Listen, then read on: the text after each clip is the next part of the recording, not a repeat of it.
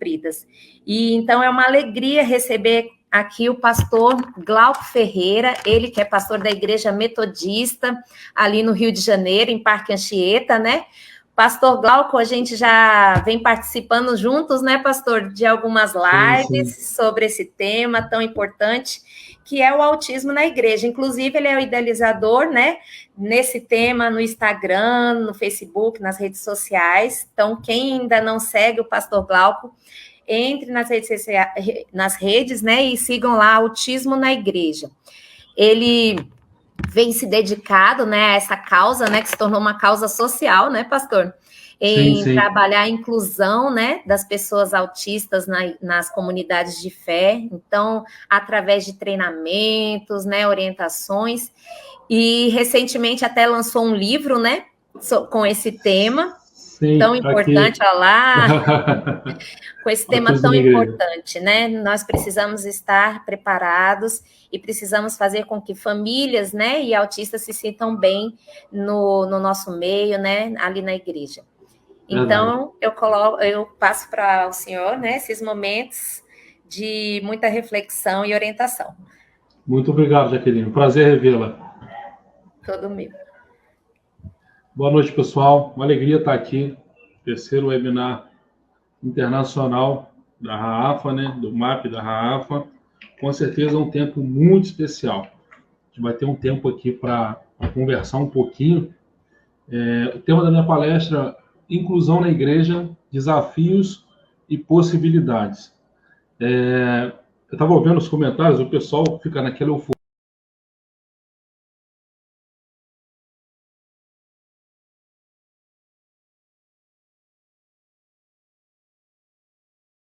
Muito feliz de estar aqui, por alguns motivos. O primeiro motivo, tudo que nós conhecemos hoje como sociedade, os nossos parâmetros éticos, a nossa moral, isso, de certa forma, tem um embasamento bíblico, creia você ou não.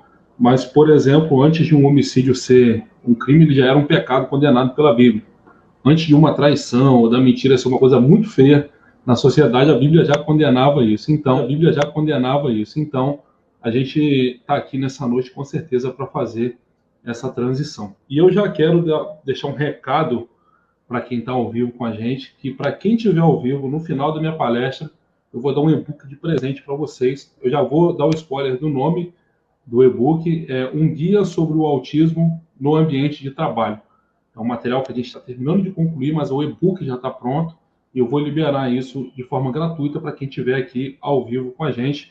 No final da palestra, eu vou solicitar que se coloque o link aqui para o pessoal, tá bom? Eu vou pedir, por gentileza, para colocar os meus slides na tela, para que a gente consiga estar dividindo algo com vocês.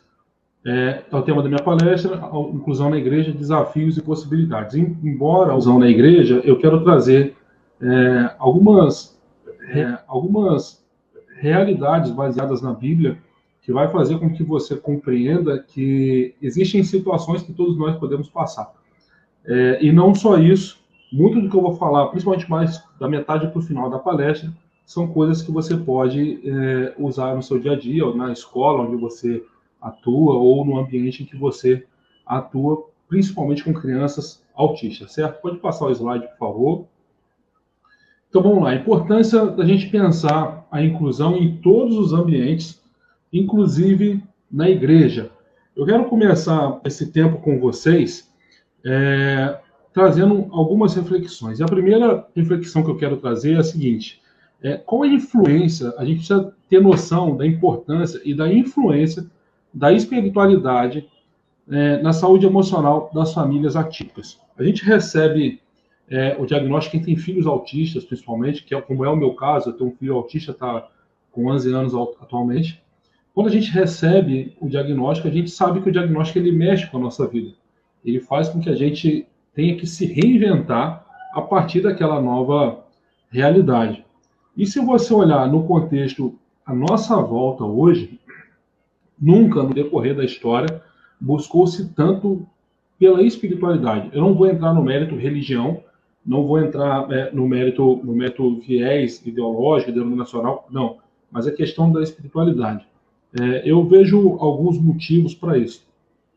O primeiro motivo é que num mundo muito globalizado, num mundo muito acessível, a cada dia as pessoas percebem um vazio dentro delas mesmas que não pode ser preenchido por dinheiro, por viagens ou por bens materiais. Então, talvez esse seja um dos principais motivos. Uma segunda questão que é muito importante, há pouco tempo eu estava vendo uma reportagem, uma matéria, na verdade, do Conselho Regional de Medicina da Paraíba, tratando a respeito da influência de uma fé dentro de um tratamento médico. E essa pesquisa, se eu não me engano, ela é de 2019 ou 2020, 56% dos médicos que participaram nesse tempo dessa pesquisa, eles afirmaram que percebiam uma melhora no prognóstico dos seus pacientes. Pegavam 2 pacientes, um que tinha uma fé em alguma coisa, um que tinha uma fé na vida que fosse, não necessariamente um católico, um evangélico ou de outras religiões, mas alguém que tinha uma fé e alguém que se declarava como uma pessoa sem fé, e percebiam essa dinâmica no prognóstico da pessoa. Quando a gente entra em situações em que se recebe um diagnóstico, que a grande realidade é que a gente não está pronto para ter filho. Nós não nascemos prontos para ter filho, embora isso seja um processo natural ao longo do tempo, mas a gente não nasce pronto. E eu costumo dizer que pode fazer lá curso para ser mãe, pode fazer o que for, que você só se fica pronto para a maternidade ou para a paternidade a partir do momento que você tem um filho e você começa a exercer na prática essa nova realidade de vida. Então, quando a gente olha para o contexto, sem sombra de dúvidas, a espiritualidade ela traz uma influência sobre a nossa percepção da vida e daquilo que nos acontece. Então, o primeiro ponto que a gente precisa pensar sobre a inclusão na igreja.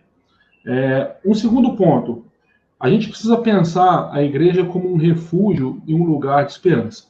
Quando uma família com um filho autista chega na igreja, eles já estão, sem sombra de dúvidas nenhuma, eu falo isso como quem viveu isso na pele, cansados de encontrar portas fechadas. E a igreja ela não pode ser mais uma dessas portas fechadas, não é verdade? Então, o segundo ponto que a gente precisa pensar dessa importância de pensar a inclusão a partir da igreja, também na igreja, é que a igreja ela precisa ser um lugar de refúgio para essas pessoas, um lugar de esperança para essas famílias. E um terceiro ponto para a gente destacar dessa importância da inclusão na igreja é a igreja como um espelho para a sociedade. Se você procurar um pouco na nossa história, você vai perceber que os primeiros asilos, os primeiros orfanatos, as primeiras universidades que nós tivemos aqui no Brasil, principalmente, todos eles tiveram algo em comum. O que era esse algo em comum? Havia uma igreja por trás disso. Quando a gente olha as estruturas educacionais que nós temos, que são ligadas às instituições religiosas, a gente vê que geralmente são instituições que fazem um trabalho muito sério. Então, eu não tenho dúvidas de que, no que tange à inclusão, e aí não só do autista, mas a inclusão da pessoa com deficiência, sem sombra de dúvidas, a igreja ela tem um papel importante e essencial para tornar essa inclusão, de fato, algo real, algo verdadeiro e algo genuíno. Então, eu não tenho dúvidas de que, se a igreja fizer um trabalho sério, sem sombra de dúvidas, a gente consegue transbordar isso para a sociedade. Avança mais um slide, por favor. Dada essa importância, eu quero compartilhar com você alguns dos desafios para que a inclusão aconteça na igreja. E aqui, embora em muitos momentos a gente pense que é muito desafiador, e aí falando especificamente do autismo, você incluir uma pessoa com autismo na igreja, eu quero mostrar para vocês que sim, há um desafio por conta do autismo, mas há um desafio por parte da igreja. E talvez a parte mais difícil, sem sombra de dúvidas, seja quebrar alguns paradigmas. O primeiro paradigma que a gente precisa entender para que a gente consiga romper com esse desafio da inclusão autista na igreja, sem sombra de dúvidas, é romper com o capacitismo religioso. Sem sombra de dúvidas, é romper com as concepções equivocadas que nós carregamos conosco, de que se nasce uma criança com autismo, ou se nasce uma criança com deficiência, ou se alguém se torna uma pessoa com deficiência, romper com essa concepção de que a mão de Deus está por trás disso. Romper com aquela concepção de que se nasceu autista é porque alguém fez alguma coisa de errado. Se nasceu autista é porque a mão de Deus pesou sobre a vida dessa família. Ou isso é um castigo de Deus. Parece uma mentalidade antiga e uma mentalidade retrógrada, mas infelizmente isso acontece e com frequência ainda nos nossos dias. Eu vou falar algo aqui e eu sugiro que você não faça esse tipo de questionamento que eu vou falar aqui, porque é muito provável que você fique muito constrangido com o tipo de resposta. Mas experimenta entrar num grupo do Facebook ou então numa página do Instagram e perguntar às pessoas se elas já sofreram algum tipo de preconceito dentro da igreja, o lugar que a gente espera que não se sofra, e você vai, de fato, se deprimir com o tipo de resposta que você recebe. Então, é o primeiro ponto que a gente precisa pensar para, de fato, viver uma inclusão na igreja, é romper com o capacitismo religioso, o capacitismo velado ou explícito, mas que muitas vezes interpreta a Bíblia de forma equivocada para, então, gerar esse tipo de concepção. O segundo ponto que a gente precisa romper nesse desafio para a inclusão da igreja é esquecer daquela ideia de que oração resolve tudo. Pastor, mas você não acredita na oração? Não, pelo contrário, eu acredito muito. Só que oração termina com ação, não é por acaso. A gente precisa fazer o que está no nosso alcance para que, então, Deus intervenha de alguma forma. Entende? Então, assim, eu fiz questão de destacar a ação, porque às vezes a gente ora muito, mas age pouco. E eu creio que Deus ele tem nos chamado para um tempo de mais atitudes, de mais ações.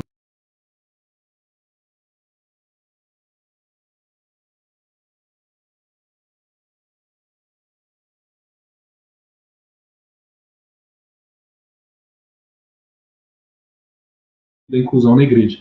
Nós precisamos reconhecer a proposta bíblica para a inclusão. Eu não vou abrir os textos aqui para a gente ganhar tempo, mas você pode tirar print da tela aí, que eu acredito que isso vai ser útil para você em outro momento. Mas vamos lá. Reconhecer a proposta bíblica para a inclusão. Eu vou destacar algumas questões aqui, depois você pode conferir os textos que eu estou colocando aqui. A primeira coisa que a gente precisa entender é que todos nós somos vulneráveis. Eu e a minha esposa não temos nenhum parente, nenhum familiar com autismo, nós não conhecíamos pessoas autistas antes do nosso filho. Então, todos nós somos vulneráveis.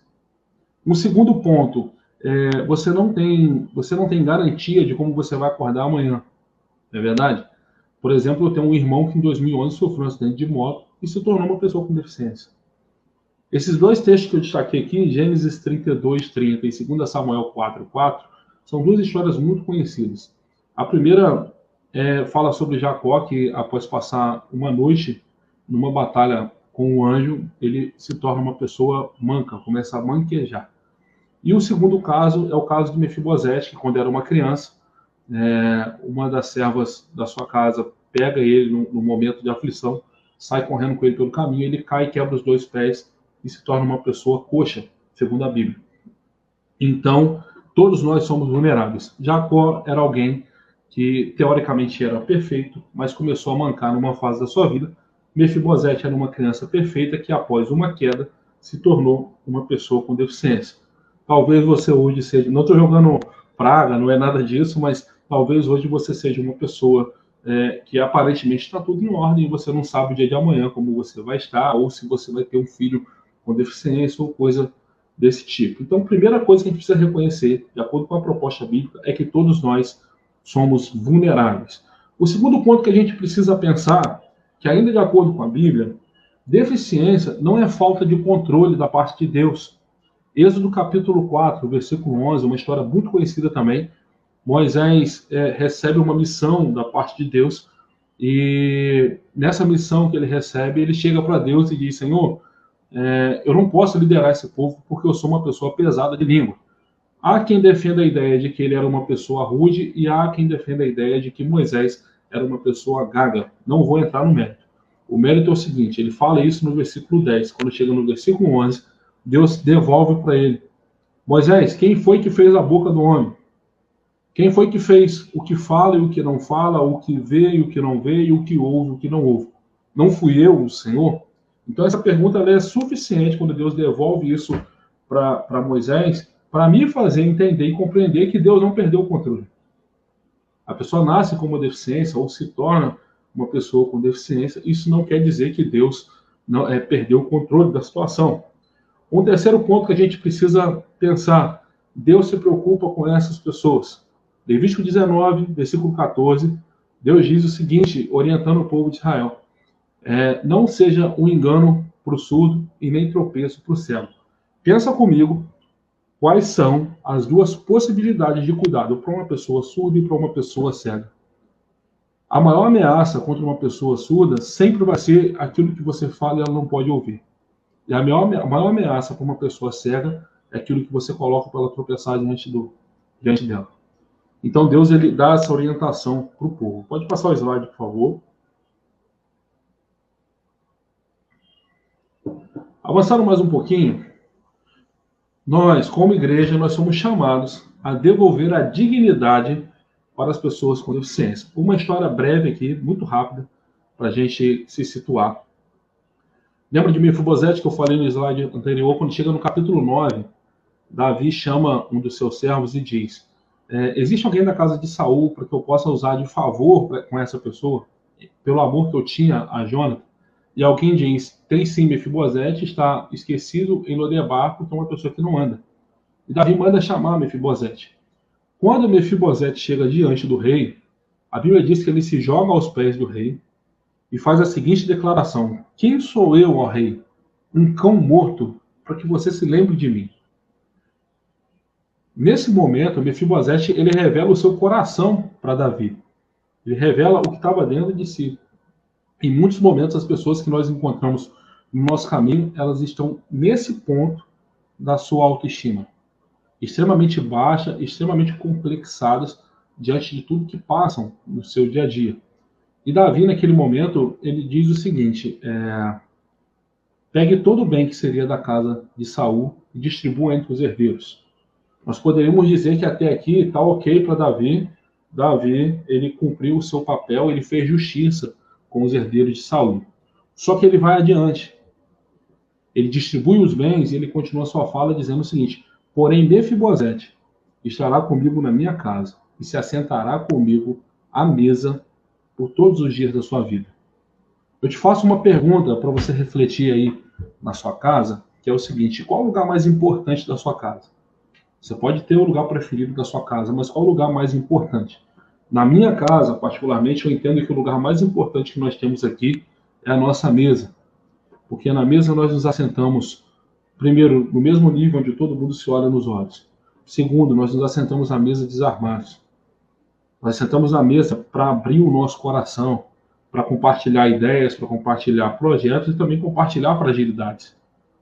Então a mesa é o lugar mais importante da casa. Naquele momento, Davi ele devolve a dignidade para Mefibosete. Como igreja, nós somos chamados a devolver a dignidade para essas pessoas. Avançando mais um pouquinho, nós precisamos, como igreja, ir onde ninguém mais quer ir e fazer o que ninguém mais está disposto a fazer. Evangelho de João, capítulo 5, a Bíblia diz que Jesus estava indo para Jerusalém, numa festa. No meio do caminho, Jesus para. Já chegando em Jerusalém, ele para num lugar onde estava o tanque de Betesda, um lugar chamado Porta das Ovelhas, onde estava o tanque de Betesda. Quando ele chega ali, a Bíblia diz que havia ali uma multidão de pessoas que estavam, pessoas enfermas e pessoas com deficiência. E dentre essas pessoas tinha um homem que estava ali há 38 anos. Jesus nasceu, aquele homem já estava ali. E Jesus começa a conversar com ele. E diz o seguinte, a Bíblia diz o seguinte, que aquele homem, Jesus pergunta, né, quanto tempo ele está ali, e ele diz esse tempo, e depois ele fala para Jesus, de tempos em tempos desce um anjo aqui e agita as águas do tanque. A primeira pessoa que entra é curada da sua deficiência ou da sua doença. Não vou entrar no mérito do anjo descer e agitar as águas, eu acho que o mérito não é esse. Mas eu quero chamar a sua atenção daquilo que nós podemos fazer. Lembra que eu falei ali atrás que nós precisamos nos colocar como quem resolve a situação, não apenas como quem ora, mas como quem age? Aqui no nome diz o seguinte: quando o anjo desce e agita as águas, eu até tento, mas sempre tem alguém mais rápido que eu que chega lá, porque ninguém pode me ajudar. Deixa eu falar algo para você nessa noite. Num lugar, numa situação em que todo mundo precisa, só quem não está precisando é que pode fazer alguma coisa. Todo mundo que estava naquele ambiente estava ali com uma demanda específica. Que demanda era essa? Buscavam de alguma forma a sua dignidade. Num lugar onde todo mundo precisa, ninguém vai se ajudar. E aí, como igreja e como instituições, no geral, como igreja, como escola, como profissionais que atuam nessa área, a gente precisa entender que num lugar onde todo mundo precisa, sou eu e você que pode fazer alguma coisa para ajudar. O segundo ponto que eu aprendo nesse texto, nesse trecho da palavra, o segundo ponto que eu aprendo é o seguinte: Jesus estava indo para uma festa, mas ele decide parar pelo caminho. Nós precisamos ir onde o Estado falha, onde a prefeitura falha, onde outras instituições falham. Como igreja, se a gente quer viver uma transformação social, a gente precisa estar nesses lugares. E avançando um pouquinho, já para a gente entrar na parte que é um pouco mais prática da minha palestra, nós precisamos romper com as concepções excludentes. Que concepções são essas? Lá em João 9, o texto diz o seguinte para nós: Jesus caminhando com seus discípulos encontra um cego de nascença, e esse cego, e os discípulos fazem uma pergunta: Senhor, quem pecou, ele ou seus pais, para que ele nascesse cego? E Jesus diz o seguinte: nem ele pecou, nem os seus pais pecaram. Ele nasceu assim para que nele fossem manifestas as obras de Deus. Jesus ele dá uma resposta curta e grossa, muito objetiva, que vai contra a cultura daquela época, porque a cultura da época considerava que as pessoas que nasciam com alguma deficiência eram pessoas amaldiçoadas. E Jesus rompe com essa situação. Nós somos chamados a romper com essas situações excludentes, com essas concepções excludentes. Não dá para procurar uma culpa para a deficiência, porque se a gente decidir ficar procurando culpa, a gente não faz nada para transformar, porque a gente não vai encontrar o culpado. Então, esse é um ponto. Avança o slide, por favor. Vamos lá. Tudo daqui para trás foi desafio. Aí agora a gente chega no desafio que de fato é proposto pelo autismo. Então, o que a gente precisa pensar? Antes de eu querer resolver as questões do autismo, eu preciso resolver as questões do ambiente onde eu estou inserido. Do preconceito velado, do preconceito explícito, da falta de boa vontade para querer agir, para querer transformar as coisas. E aí a gente chega no desafio da inclusão na igreja, a inclusão provocada pelo autismo, o comprometimento decorrentes do transtorno do espectro autista e o excesso de estímulos nas celebrações religiosas. Esse é o último desafio que nós temos. Vamos lá. O autismo, o transtorno do neurodesenvolvimento, que atualmente, segundo a última pesquisa liberada pelo CDC, 1 em cada 44 crianças norte-americanas de até 8 anos estão no espectro autista. Ele vai ocasionar comprometimentos em 3 grandes áreas do indivíduo. Que áreas são essas? A comunicação, a socialização e o comportamento. Muito do comportamento, a gente precisa entender, eu já quero começar falando sobre isso, que muito do comportamento é resultado das duas primeiras. O excesso de comunicação, o excesso de estímulos sensoriais, o excesso de estímulos no ambiente, ele pode alterar o comportamento, geralmente ele altera o comportamento, e o excesso de socialização também. Agora pensa comigo na igreja. Você pega um indivíduo que tem dificuldade em 3 grandes áreas, e quando você chega numa celebração religiosa, você vai encontrar excesso de estímulos exatamente nessas 3 grandes áreas.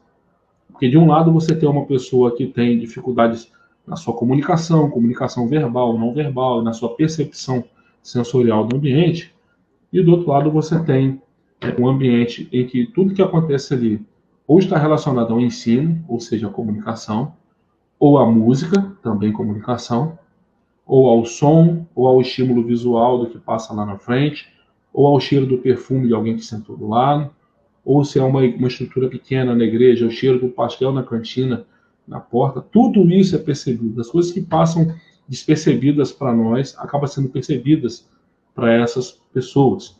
Num segundo momento, você pega uma pessoa que tem dificuldade na sua interação social e coloca ela num ambiente que está repleto de pessoas, um ambiente cheio de gente. Então, também há ali um excesso de estímulos. Além disso, a gente sabe que é costume de alguns lugares onde há esse tipo de celebração, agora vira para o irmão que está do seu lado e diga tal coisa. Diga para o irmão que está na sua frente e diga tal coisa. Esse excesso de estímulos, embora pareça algo indiferente para a maioria das pessoas, a gente sabe o quanto que isso é difícil para as pessoas com autismo. Eu tenho alguns amigos autistas que todas as vezes que eu chamo eles para fazerem live comigo, eles só topam fazer na sexta-feira, por causa da tal da ressaca social, que eles precisam descansar no dia seguinte. Tem um que é lá do Paraná, que ele diz o seguinte: pastor, se eu fizer uma live com o senhor na quarta, na quinta-feira eu não consigo sair da cama. Então, o excesso de estímulo provoca essa alteração. E a mais fundamental de todas aqui, o comportamento. De um lado, eu tenho alguém que tem alterações importantes no seu comportamento, e do outro lado, a nossa igreja é um espaço repleto de regras de conduta, a tal da nossa reverência do culto. Há um tempo atrás me acusaram na internet que eu era um pastor que provocava, que estimulava a irreverência no templo. Não é isso. Mas a gente precisa entender o seguinte: em muitos momentos, principalmente a criança autista, ela está na igreja e ela vai levantar e vai trocar de lugar, ou ela vai querer sair do ambiente e voltar. Não é porque ela é irreverente, é porque se ela não fizer isso, ela tem uma crise. É porque o excesso de estímulos ali está muito forte. É porque ela está sendo hiperestimulada, que ou ela faz isso, ou ela levanta, dá uma corridinha, levanta, dá uns pulinhos, ou agita ali as suas mãos, faz um esteio, balança o seu corpo, ou então ela entra em crise. Então não é irreverência. A gente precisa entender, há esse paradoxo. Quando você coloca esse indivíduo nesse ambiente, sem antes ter toda uma estrutura bem sistematizada, e a gente vai falar sobre isso no próximo slide, o que acontece ali é um choque. E aí, naturalmente, a gente tem casos e casos de pessoas que desistem da igreja. Porque chegou, foi um choque. Chegou de novo, foi um choque, tudo se torna uma situação traumática. Avance o slide, por favor. Eu acho que é o penúltimo, né? Isso. Diante dessas dificuldades, o que a gente precisa pensar como igreja para, de fato, conseguir uma inclusão efetiva nesse ambiente? E aí, isso aqui que eu vou falar aqui não serve só para a igreja, isso serve para qualquer ambiente. Eu falo sobre igreja porque é a área que eu estou dedicado há quase 10 anos, é a área que eu pesquiso há quase 10 anos, é a vivência diária que eu tenho com o meu filho no dia a dia e frequentando a nossa igreja. Primeiro ponto que a gente precisa pensar, uma rede de apoio. Rede de apoio é bem-vinda em qualquer lugar. Como que a gente pensa a rede de apoio numa questão de inclusão na igreja? Essa rede de apoio ela vai necessariamente ter que ter 3 níveis. O primeiro nível é o nível profissional. Pastor, a igreja vai virar consultório? Não. Mas os profissionais que nós temos, eles sem sombra de dúvida, podem nos auxiliar e ajudar a pensar algumas estratégias, adaptar materiais e coisas desse tipo. O segundo nível é o nível familiar.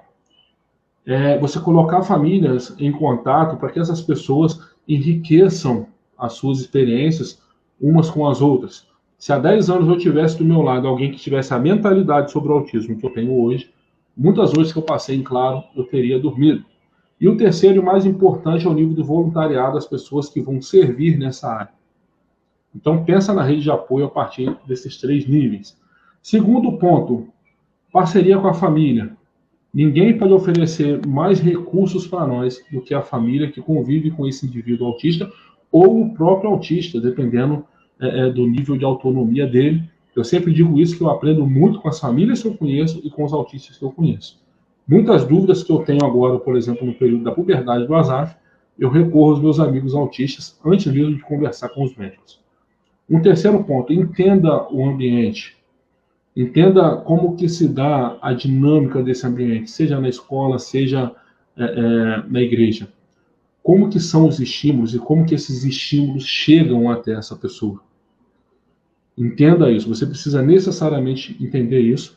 E o quarto ponto, compreenda o indivíduo, ou seja, entenda os estímulos e entenda como que é, principalmente, o processamento sensorial desse indivíduo.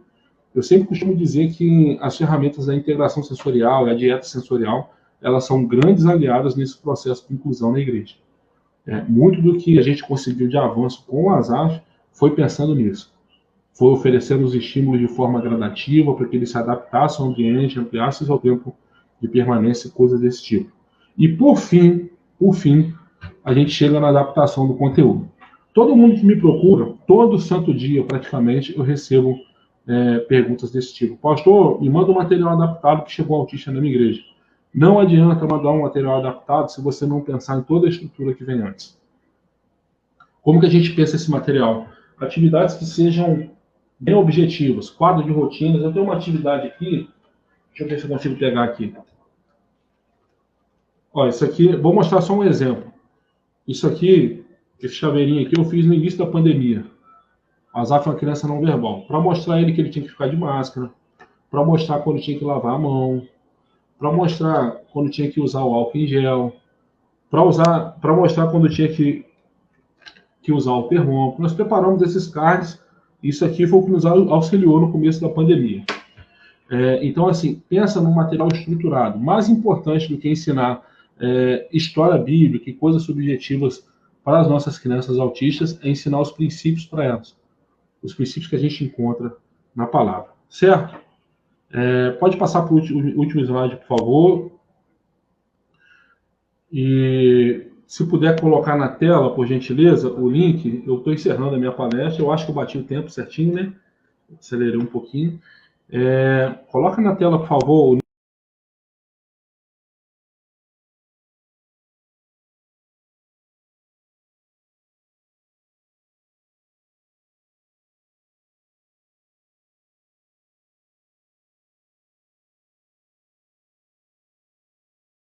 para o QR Code, porque com certeza é um conteúdo muito rico que pode auxiliar principalmente os nossos autistas aí nível 1 de suporte, principalmente, e você que tem uma empresa, você que é lojista, você que tem um negócio, quem sabe pensar na contratação de pessoas com autismo, certo? Meus contatos estão aí para quem precisar, nosso e-mail, nosso Instagram, o Autismo na Igreja, o nosso WhatsApp também, a gente está aí, pode contar com a gente para o que precisar, certo, pessoal? Foi muito bom estar com vocês nessa noite. Deus abençoe a todos.